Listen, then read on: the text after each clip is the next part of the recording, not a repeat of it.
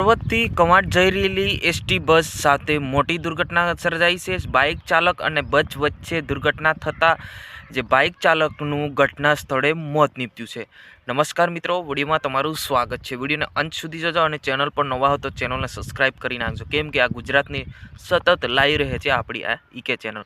મિત્રો, વાત કરવામાં આવે તો ગઈકાલે પાવીજેતપુર પાસે હાઈવે એટલે કે કવાંટ જઈ રહેલી જે બસ છે જે હળવદથી આવી હતી અને જે બાઇક ચાલક જે પાવીજેતપુર હોવાના સમાચાર આપણને મળ્યા છે।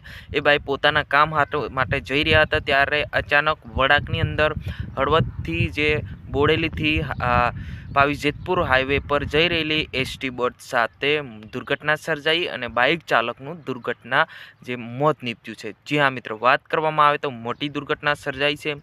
અત્યારે જે માનવામાં આવે તો જે હાઈવે પર જે બાઇક ચાલકો જે છે એ કોઈપણ સેફટી વગર જઈ રહ્યા હોય છે તે આવી દુર્ઘટનાની અંદર શિકાર બની જાય છે।